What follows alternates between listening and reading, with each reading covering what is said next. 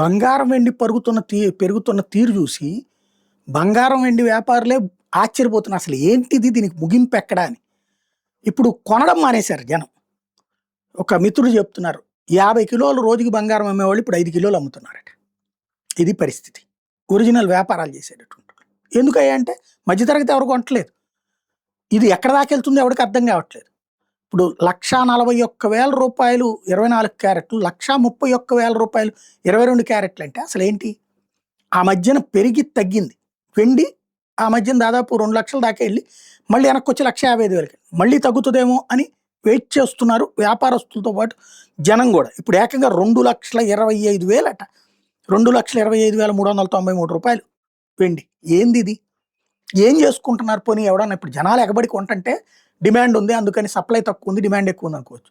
China లాంటి చోట్లనే జనం అంట అక్కడ ఉన్నటువంటి స్టూడెంట్స్ డబ్బులు సంపాదించుకున్న వాళ్ళు ఓన్లీ బంగారం వెండే కొంటున్నారు. దాంతో చైనా ఎక్స్పోర్ట్ కూడా ఆపేసింది.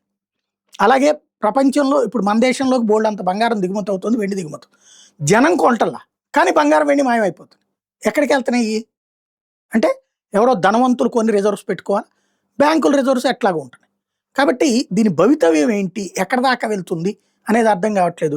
వెండిని 3 లక్షలకి బంగారాన్ని 2 లక్షల దాకా తీసుకెళ్ళి ఆపాలన్నది అంతర్జాతీయ మాఫియా వాళ్ళ యొక్క ప్లానింగ్.